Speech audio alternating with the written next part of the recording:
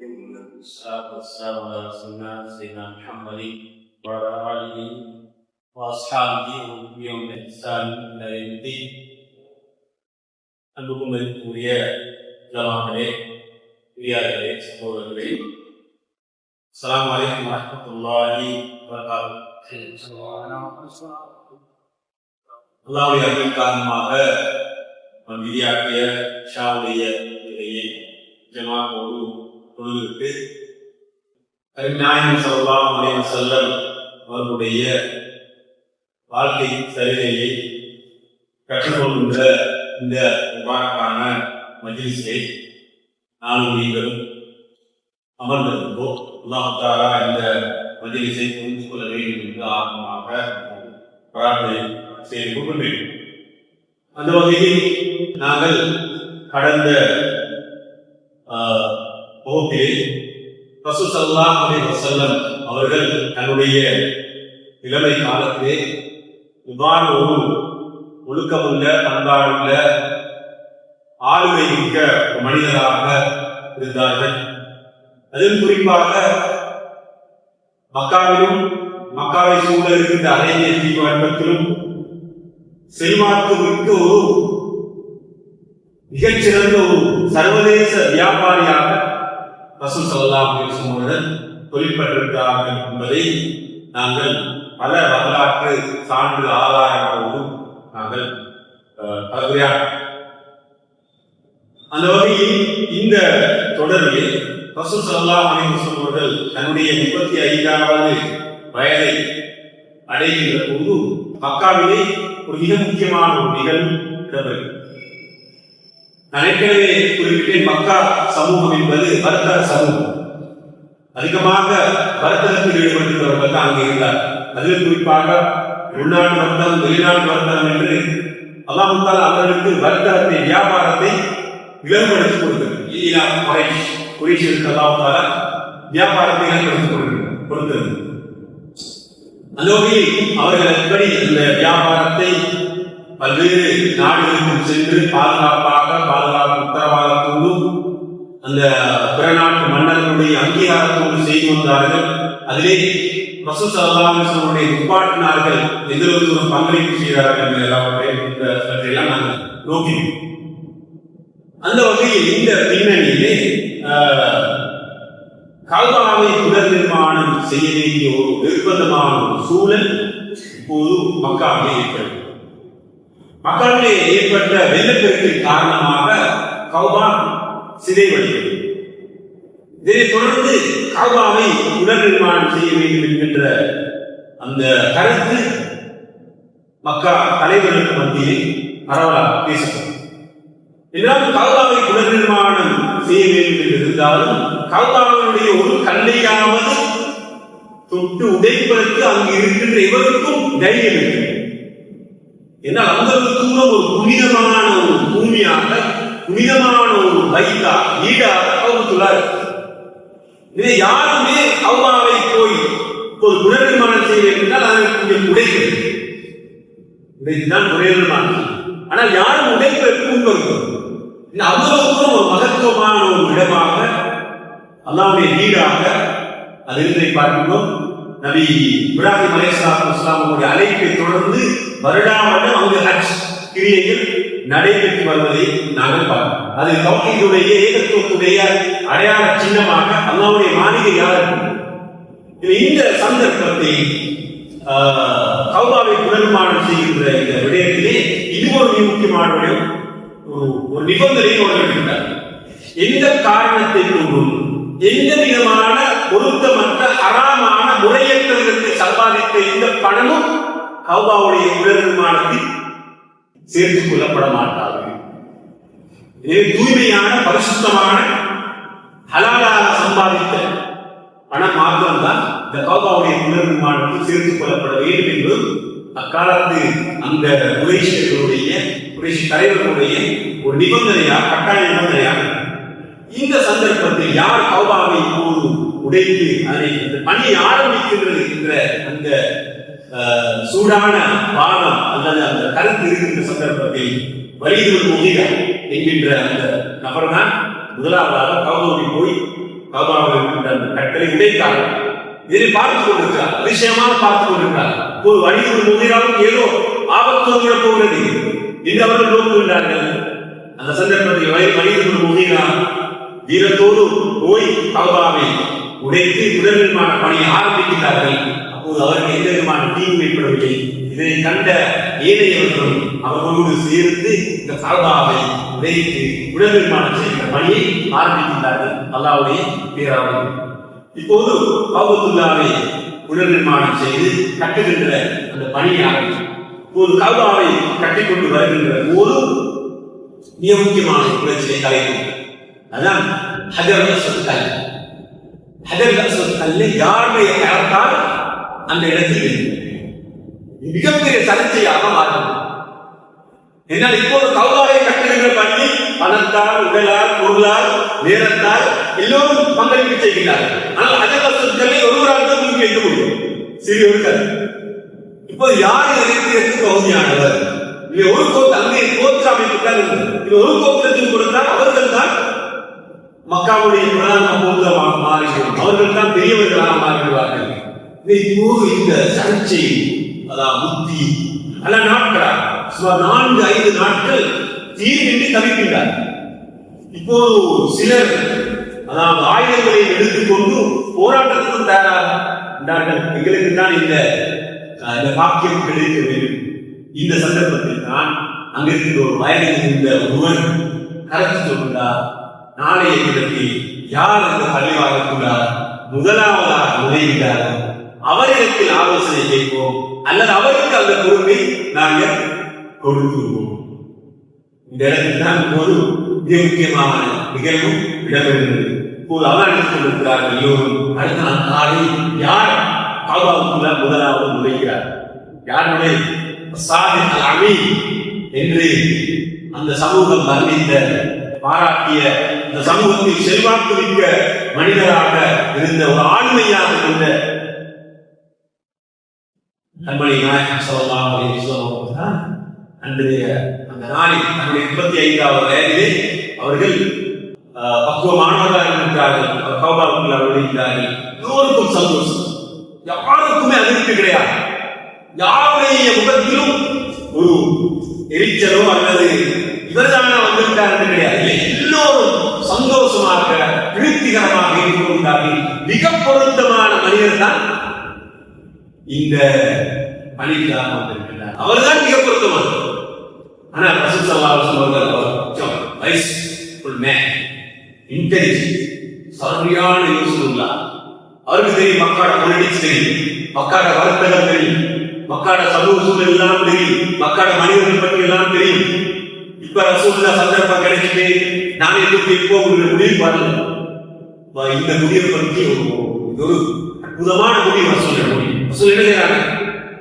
நிறைய ரசூல் இல்ல, முஹம்மது என்ற சாதாரண ஒரு இளைஞர் மனிதர், ஒரு தகப்பன் சமூகம். அந்த சந்தர்ப்பத்தில் அவர் என்ன செய்யறாங்க? ஒரு பிடவை கொண்டு வருமாறு கேட்டு, அந்த பிடவை கொண்டு வருமாறு கேட்டு அந்த பிடவைய எல்லா கோத்திரத்தை செய்த தலைவர்களுக்கும், பிரதானமான 4 கோத்திர தலைவர்களுக்கும் 4 மூலைகளை பிடித்து இந்த பிடவையில கல்ல வைத்து தூக்கிட்டு வருமாறு வேண்டுகின்றார்கள். அவர்கள் தூக்கிட்டு வருகின்றார்கள். தன்னுடைய முபாரக்கான அந்த கரத்தால ரசூல் ஸல்லல்லாஹு அலைஹி வஸல்லம் அந்த ஹஜர் அஸ்வத் கல்லை எடுத்து வைத்து மக்காவில் ஏற்பட இருந்த இரத்த கலரியை அவர்கள் நீக்கிவிட்டார்கள். தன்னுடைய புத்திசாலியமான தீர்மானித்தார். அதாவது அந்த பணியில மக்காவிற்கு எல்லா கோத்திரத்தையும் சேர்த்துக்கொண்டார். அவருக்கு கிரெடிட் அவர் எடுத்துக்கொண்டார்.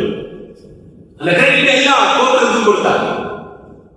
ரசூல் ஸல்லல்லாஹு அலைஹி வஸல்லம் மக்கால இப்படியான மிக உயர்ந்த பணியை செய்கின்ற அளவுக்கு அவர், அதாவது வெல்லோன், அதே போல அவர் ஒரு டிசிப்ளினானால் எல்லாராலும் போற்றப்படுகின்ற ஒரு ஆளாக அவர் அந்த சந்தர்ப்பத்தில் நபியாக தெரிவு செய்யப்படவுள்ளே இருக்கிறார்.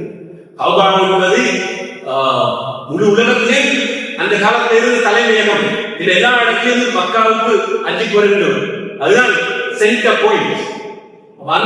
அந்த விடயத்தை தலைமையிலான என்ற அந்த அந்தஸ்து ரசூல் ஸல்லல்லாஹு அலைஹி வஸல்லம் கிடைத்திருந்தார்கள் என்பது ஒரு சாதாரண 35 வயது தன்னுடைய இளம் வயதாக இருக்கிற காலம். கௌபாவுடைய வரலாறு இந்த இடத்துல மிக முக்கியமான ஒரு ஞாபகம். கௌபத்துல்லா 4 கடமைகள் ஒரு சுவாரஸ்யமான விடயம். முதலாவதாக இப்ராஹிம் அலைஹிஸ்ஸலாத்து வஸ்ஸலாம் அவர்கள் இஸ்மாயில் அலைஹிஸ்ஸலாத்து வஸ்ஸலாம் அவர்கள் கட்டிருந்தார். இந்த கௌபாவுடைய உயரம் 9 முழம், உயரம் 30 முழம், நீளம் 22 முழம், அகலம். கூரையில் 2 வாசல் இருந்துச்சு. ஒரு வாசலா உள்ளுக்கு போறது, மொத்த வாசலான வெளியே வரும். இரண்டாவது சந்தர்ப்பம் தான் இப்ராஹிம் நபி கட்டியதற்கு பிறகு சுமார் 3500 வருடங்களுக்கு பிறகு குறைஷியர்கள் உடைத்து கட்டுகின்ற இந்த சம்பவம், இந்த வெள்ளப்பெருக்கினால் ஏற்பட்ட அந்த சிதைவின் காரணமாக உடைத்து கட்டுகின்ற சந்தர்ப்பம். இந்த சந்தர்ப்பத்தில் 18 முழம் உயரம், 24 முழம் அகலம் கொண்டதாக கௌபத்துல்லா கட்டப்படும். மக்கா வெற்றியை தொடர்ந்து ரசூல் ஸல்லல்லாஹு அலைஹி வஸல்லம் அவர்கள் ஆயிஷா ரலியல்லாஹு அன்ஹா சொல்றார்கள், லவ்கான قومك حديث واحد لبنيت الكعبة على أساس إبراهيم.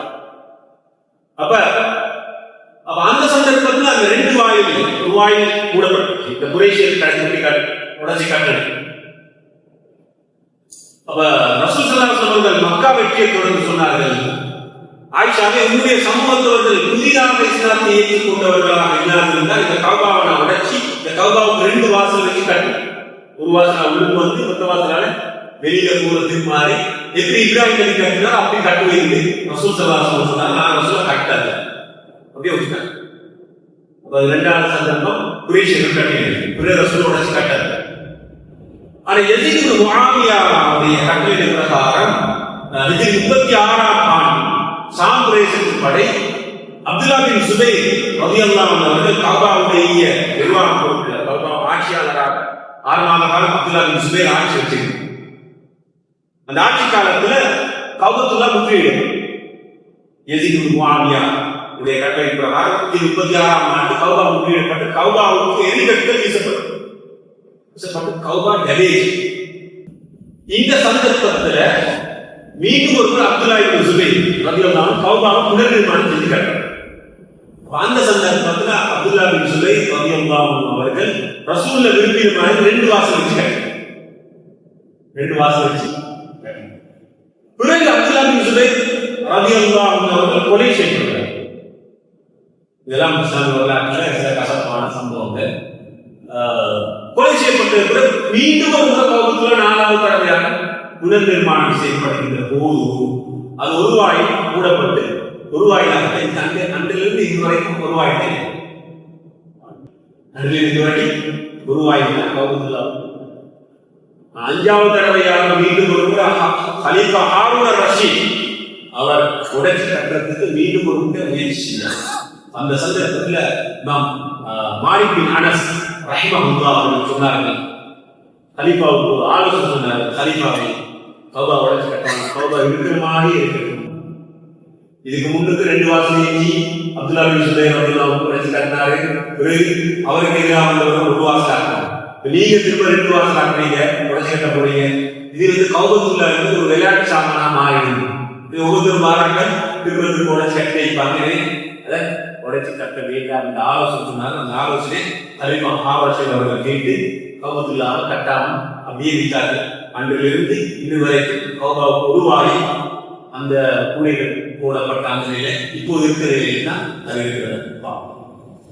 இப்படி ரசூல் ஸல்லல்லாஹு அலைஹி வஸல்லம் அவர்களுடைய வாழ்க்கையை சார்ந்த கௌபாவுடைய புனர்நிர்மாணம் மிக முக்கியமான இதை தன்னுடைய 35வது வயதில் நான் ஏற்கனவே குறிப்பிட்டது கூட ரசூல் ஸல்லல்லாஹு அலைஹி வஸல்லம் ஒரு சமூகத்தில் ஒரு அங்கீகரிக்கப்பட்ட ஒரு உயர்ந்த மனிதராக, கண்ணியமான ஒரு மனிதராக, மக்களால் போற்றப்படுகிற ஒரு மனிதராக, மக்களுடைய மக்காவில் இருக்கும் எல்லா மனிதர்களாலும் அங்கீகரிக்கப்பட்ட ஒரு சமூக தலைவராக இருக்கிறார்.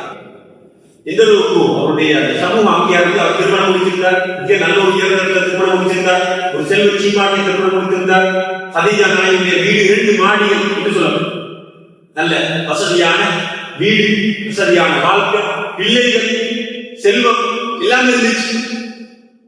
அப்ப இப்படி ஒரு நல்ல ஒரு ஆண்மையான ரசூல் ஸல்லல்லாஹு அலைஹி வஸல்லம் தான் நபியாக வருவதற்கு முன்னரே மக்கா சமூகத்தை கட்டியிருக்கிறார்கள்.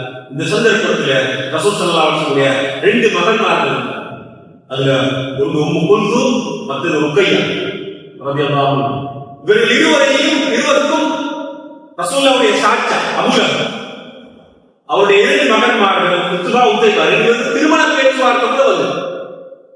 தன்னுடைய மகன்மார்களுக்கு திருமணம் செய்து வைத்திருக்கிற அளவு அதுவும் அபூலஹப் என்கிறவர் அந்த சந்தர்ப்பத்தில் மக்கால இருந்து மிகப்பெரிய தலைவர்கள் அப்துல் முத்தலிபுடைய மகன் ரசூலுல்லாஹ்வுடைய சாட்சா.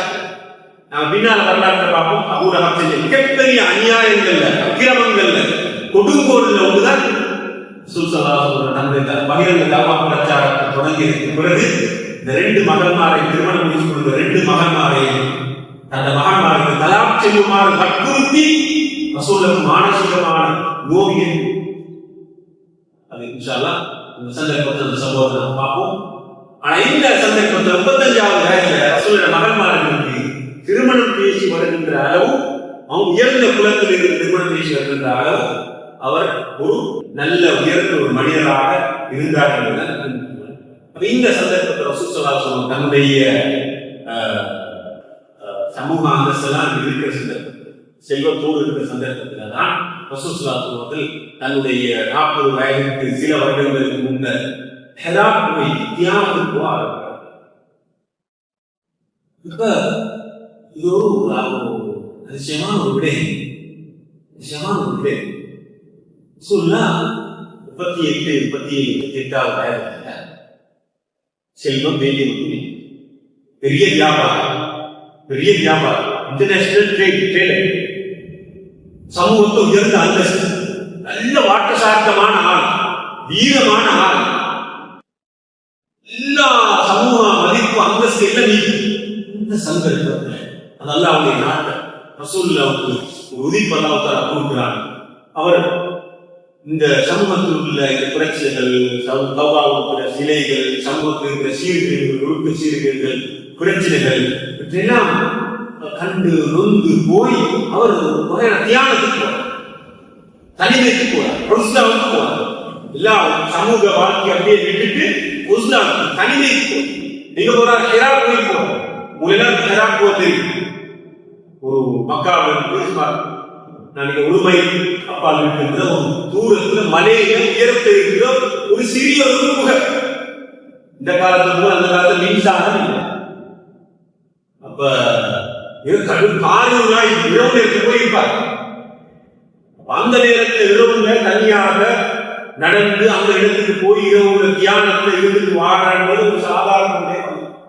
சில சமயத்துல ரசூல் ஸல்லல்லாஹு ஒரு நாள் போயிருப்பார்கள், பல நாட்கள், 10 நாட்கள், சில சமயங்கள் 1 மாத காலம் அப்படியே போய் அந்த தியானத்தை அவர்கள் இருப்பார்.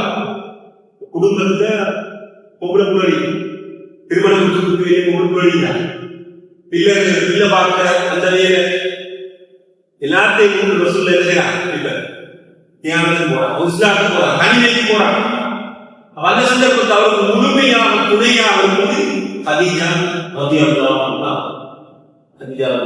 உணவு எடுத்துட்டு போவோம், பல நாட்களுக்கு தேவை உணவு எடுத்துட்டு போவோம், காலையில போவா மாலையில போவோம், ரசூலுல்லாஹ் சந்திச்சுட்டு வரணும். இது அற்புதமான ஒரு வாழ்க்கை. ரசூல் ஸல்லல்லாஹு அலைஹி வஸல்லம் தன்னை 40 வயது நெருங்குகின்ற போது அவர்கள் வாழ ஆரம்பித்தார், தனிமையை நோக்கி போக ஆரம்பிக்கிறார். இது அல்லாஹ்வுடைய ஏற்பாடாக இருந்தது. இதை வைத்து சில அறிஞர்கள் சொல்வார்கள், மனிதனுக்கு ஒவ்வொரு மனிதனுக்கும் தன்னுடைய வாழ்க்கையில சில பல சந்தர்ப்பங்கள் இப்படியான அவசியம்.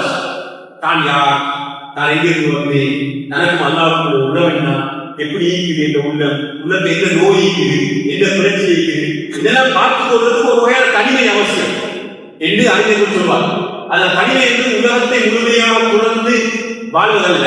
அப்படியான துறவரத்தை இஸ்லாம் அங்கீகரிக்கவில்லை. அடிக்கடி அவ்வப்போது சில பல வருடங்களுக்கு ஒரு முறை தன்னை பற்றி சுய விசாரணை செய்து கொள்வதற்கு ஒரு வகையான ஒரு இஅ்திகாஃப் அல்லாஹ் தஆலா ரமலான் கடைசி பத்துல வச்சிக்கிறது கூட அப்படியான ஒரு இஸ்லாம் உண்டு என்று அறிஞர்கள் இந்த பின்னணியில் குறிப்பிடுவார். இப்படியாக ரசூல் ஸல்லல்லாஹு அலைஹி வஸல்லம் அவர்கள் பல வருடங்கள் இப்படியாக தியானத்தில் இருக்கிற போதுதான் ஒரு சமயத்தில் ஜிப்ரீல் அலைஹிஸ்ஸலாத்து வஸ்ஸலாம் அவர்கள் வலியை சுமந்து கொண்டு வருகிறார். இது ஒரு அற்புதமான நிகழ்வு. மனித வரலாற்று ஒரு அற்புதமான நிகழ்வு. சுமார் 600 வருடங்களுக்கு பிறகு ஜிப்ரீல் அலைஹிஸ்ஸலாத்து வஸ்ஸலாம் அவர்கள் வானத்திலிருந்து வகி எடுத்துக்கொண்டு முதலாவது சமயம் பூமிக்கு இறங்குகின்ற சந்தர்ப்பம். வரலாற்று முக்கியத்துவம் வாய்ந்த ஒரு தருணம். ரசூல் ஸல்லல்லாஹு அலைஹி வஸல்லம் அவர்கள் முதல் முறையாக வஹியை பெற்றுக் கொண்டார். அல்லாஹ்வுடைய கலாமை பெற்றுக் கொண்டார். அல்லாஹ்வுடைய வார்த்தைகளை பெற்றுக் கொள்கின்ற ஒரு சந்தர்ப்பம். சொல்வார்கள்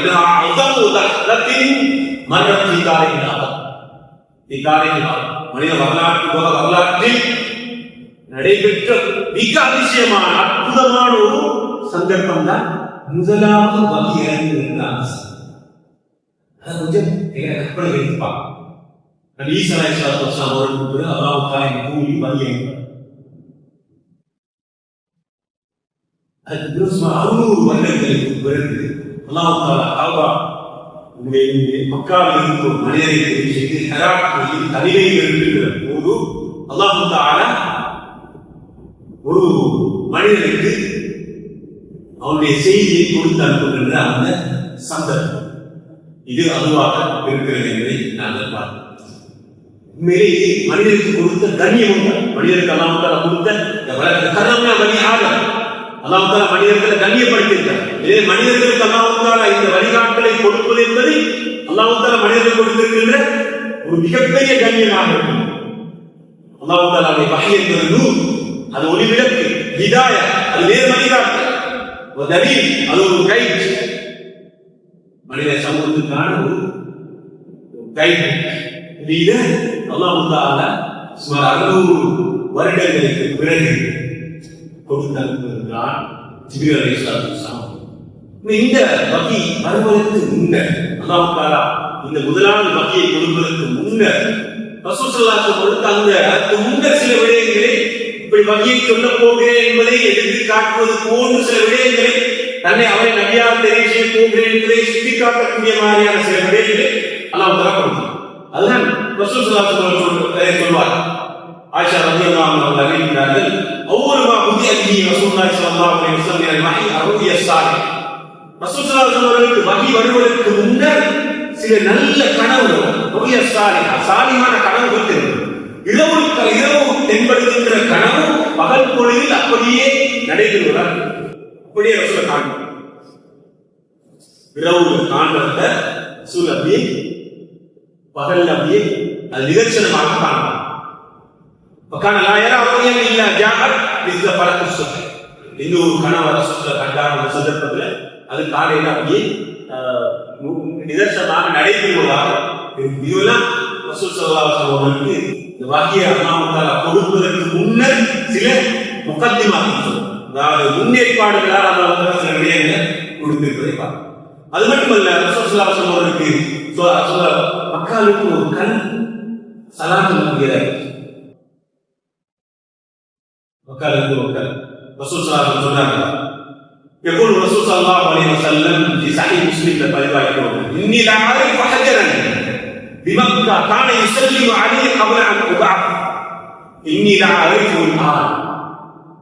அதாவது ரசூல் ஸல்லல்லாஹு அலைஹி வஸல்லம் சொன்னார், اني لا اعرف حجرا بمكه மக்காவுக்கு ஒரு கல் அது எனக்கு தெரியும், அது நான் நபியாக அனுப்பப்படுவதற்கு முன்னர் எனக்கு சலாம் சொல்லக்கூடியதாக. اني لا اعرفه الان, நான் இப்ப அது எந்த கல் நான் அறிவேன். அதாவது அற்புதங்கள் அல்லாஹ் தஆலா சொல்லுங்க. அதுபோல ரசூலுல்லாஹ் ஹாதிஸத்து ஷக் ஸத்ர் ரசூலுல்லாஹ்வுடைய இதயத்தை பிளந்து அதை தூய்மைப்படுத்தி ஜம்ஸம் நீரால துப்புரவாக்கி அதில் இருக்கிற ஷைத்தான பங்கை அப்படியே வெளியெடுத்த அந்த சம்பவம் ரசூலுல்லாஹ்வுடைய 5 வயதில் நடைபெற்ற அந்த சம்பவம். அனஸ் பின் மாலிக் ரலியல்லாஹு அன்ஹு நினைக்கிறார்கள், அந்த தேய்த்த அந்த அடையாளத்தை நான் பார்த்துட்டேன். சொல்ல இதயத்தை தேய்ச்ச அடையாளத்தை இதெல்லாம் என்ன காட்டுதுன்னா ரசூலுக்கு அந்த ரஜுல் முக்தலிஃப், நீங்க ஒரு வித்தியாசமான ஒரு மனிதன், கேரக்டர், வித்தியாசமான ஒரு ஆள், உங்களுக்கு வித்தியாசமான சில நிகழ்வுகள் நடக்குது. ஏதோ ஒன்றுக்கா உங்களை தயார்படுத்துற மாதிரி நான் ரசூலுக்கு தெரியாது, ஆனா ஏதோ நடக்குது. ரசூல் நான் பார்த்து மேக கூட்டங்கள் அவருக்கு நிழல் கொடுக்கிறது, மரம் நிலவு தாய் நெல்ல கொடுக்கிறது, பல விஷயங்கள் சில வாழ்க்கையில நடைபெற்ற பார்க்கும் உருவத்தான அந்த சூழ்நிலை நதியாக இருக்கும். இப்படியாக இந்த சந்தர்ப்பத்தில் தான் ஹிராக்குகையில் இருக்கின்ற போது ஒரு மனிதர்கள் தோற்றத்துல தோன்றி மலக்கிட இந்த வடிவத்துல வரும் மனிதனை தோற்றமா சொல்ல தியானத்தை வைக்கிறாங்க. அந்த சந்தர்ப்பத்தில் ஒரு மனிதன் நுழையில அவர் இருக்கிற இடத்துல அப்ப மனிதனோடு நுழைகிறது அவருக்கு சொக்காக மனிதன். அப்ப மனிதன் நுழைஞ்ச மனிதர் ஒரு ரஜுல சரி கண்ணியமான ஒரு மனிதர். ரசூலுக்கு யாருன்னு தெரியாது. வந்தாரு, நுழைஞ்சாரு, தகலாக ஜிப்ரீல் சொல்றாங்க பக்கால வந்தாரு, நுழைஞ்சாரு, சொன்னாரு வாசி புதமான விஷயம் என்று சொல்லி முதலாவது வசனம், முதலாவது ஆண்ட வசனம், முதலாவது 600 வசனங்களுக்கு அல்லாஹ்வுத்தால மனித சமூகத்தோடு பேசுகின்ற முதல் சொல் வாசி. வாசிக்க தெரியாத ஒரு நபியை உலகத்துக்கு அனுப்பி படிப்பினை 1000 படிப்பினை இருக்கிறார். முழு மனித சமூகத்திலே வெற்றி இருக்கிறார். அது தோல்வியும் அது கைவிடுத்தல். குர்ஆன் வாசிக்க இந்த விலை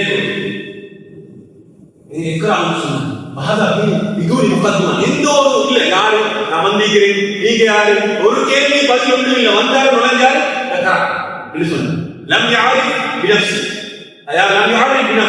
அவர் யாரும் அறிமுகப்படுத்துவீங்க. நான் தான் வந்திருக்கிறேன் அல்லாட்ட வந்திருக்கிறேன் ரைட் உங்களுக்கு சொல்லியிருந்தாரு மார்க்கத்தை நீங்க நபியா வந்து வரப்போறீங்க நீங்க ரசூல் அது ஒன்றும் இல்லை. வந்தாரு என்று சொன்னார். அந்த ரசூல்ல கூட யாருன்னு கேட்கல நீங்க யார் என்ன சொல்றீங்க சொன்னாரு அம்மா எனக்கு வாசிக்கு அப்ப அதாவது எனக்கு வாசிக்கிற ஆட்கள் என்கிட்ட இல்லை. அப்ப அந்த சந்தர்ப்பத்துல ரசூலை கேட்குது நீங்க யாரு என்ன திடீர்னு நுழைஞ்சு மனுஷத்தால் வந்தீங்கிறது இது ஒரு மனிதர் ரசூலுக்கு தெரியும் யார் வந்தீங்கன்னு தெரியாது. அவருக்கு தெரியும் அந்த சந்தர்ப்பம் ஜிப்ரீல் ஒருவன் தெரியல வந்தவர் ஜிப்ரீல் கேட்கல நீங்க யாருக்கு கூட ரசூலுக்கு தெரியும். பிறகு ரசூல் ஸல்லல்லாஹு அலைஹி வஸல்லம் அவங்கள நினைச்சாங்க ஃபஹத் ரசூல் ஸல்லல்லாஹு அகதனி இந்த பிடிச்சார் ஃபஹத்தனி இந்த நெசி இறுக்கி பிடிச்சார் ஹத்தா பலகனி சுனாய் மூச்சு திணறி விடுகின்ற அளவுக்கு இறுக்கி பிடிச்சாரு. சும்மா சொன்னார் பிறகு சொன்னாரு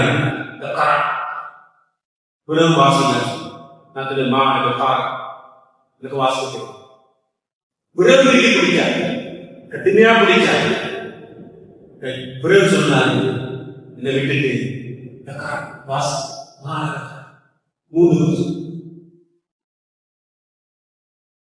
அப்ப ரசூல் ஸல்லல்லாஹு அலைஹி வஸல்லம் கடைசியாக பிடிச்சு விட்டுட்டு ரசூல் பார்த்து சொன்னாரு உண்மை அடைந்த இறைவனுடைய பேரை கொண்டு நீங்கள் வாசிக்கிறார்கள். அற்புதமான மந்திரங்களில் மந்திரம்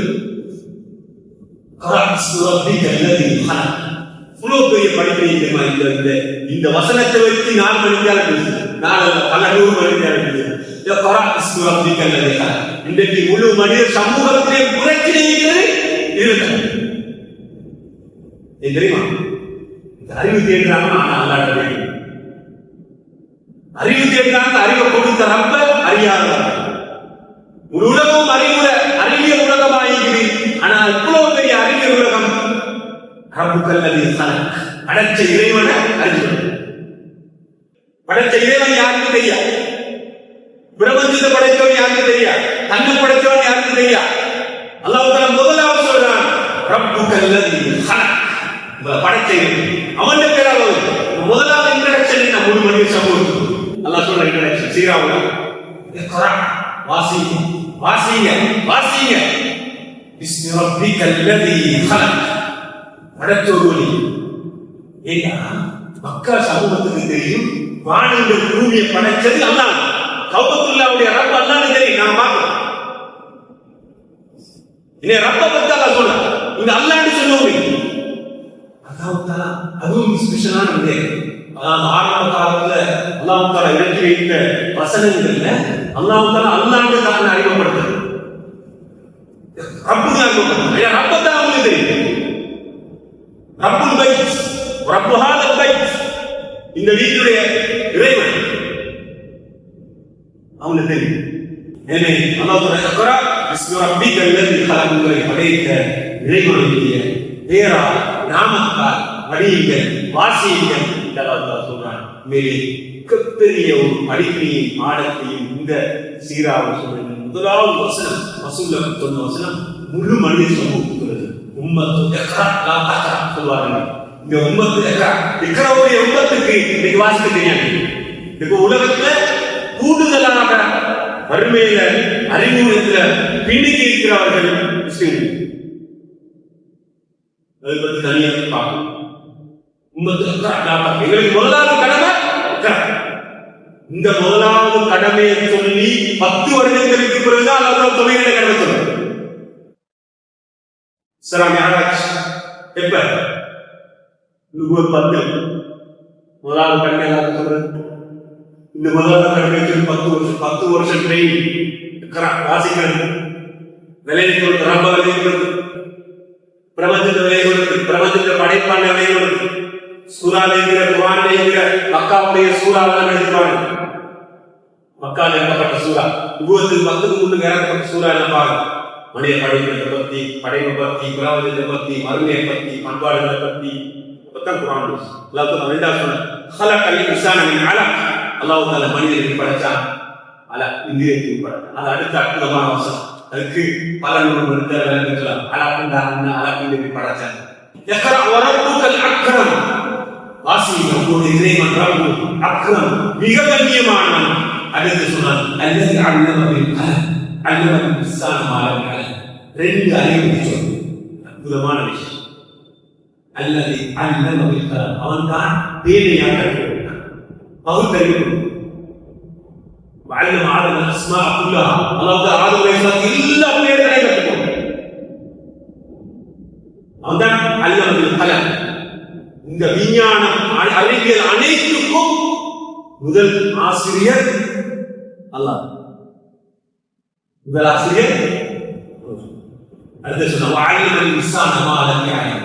மனிதனுக்கு தெரியாத மர்மண்டே என்ன, மறந்து போற என்ன, கபருண்ட என்ன, மனுஷன்ட என்ன, மலக்கமாண்ட யாரு, விசாரத்துல என்ன, விபத்துல என்ன, சொர்க்கம் என்ன, நரகம் என்ன, அல்லாஹ் கலாக்கதுல என்ன, இதெல்லாம் மனிதனுக்கு தெரியாது.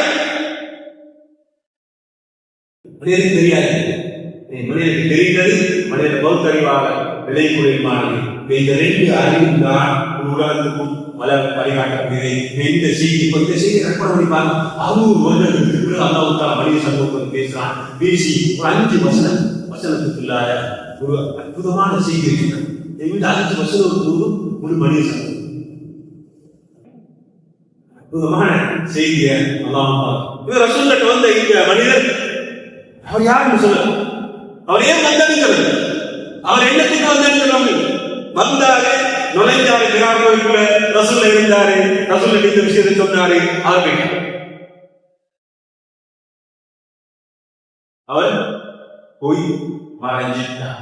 அவருக்கு ரசூலை போய் கேட்கல, நீங்க யாரு சொல்ல, நீங்க நபியா வந்திருக்கிறீங்க, ஏன் சொல்லல, என்ன சொல்லல, இதுக்கு புரோகிதர் சொல்லுவார். இன்ஷா அல்லாஹ் அதை தொடர பார்ப்போம். جزاكم الله خير. سبحان الله وبحمده اشهد ان لا اله الا انت استغفرك واتوب اليك. السلام عليكم ورحمه الله. Assalamu alaikum wa rahmatullahi wa barakatuh. Dear brothers and sisters, Mount Lavinia Vatarappala Al Jamiyatul Fakira Juma Masjid Community Development Project. Let us all join together in the visionary journey for the welfare and future of our society. The goals of our project: library and student study facilities, ladies prayer room facilities, In this masjid, the elderly can spend a long time doing amals with satisfaction. Those who do not have the facilities at home bring janazah to this masjid and keep it in the janazah special room until they take it to a safe place. Basic amenities for Mahalla residents. Mini sports complex. Hostel facilities for higher education students. Permanent income for masjid maintenance as well as social, educational and other necessary services for Mahalla residents. Community program connects you with love by generously donating to these projects that achieve great goals. Al Jamiatul Fakira Jummah Masjid. You can donate directly to the masjid office or to our bank account number. Haddon National Bank, Islamic Unit, account number 2500-100-37873. Al Jamiatul Fakira Jummah Masjid. For further details, Chairman Al Haj M.R.M. Pfizer, 077-816-816. Dr. Zaki Hanifa, 077-363-9352. Shakir Mulafa, 077-7397-697.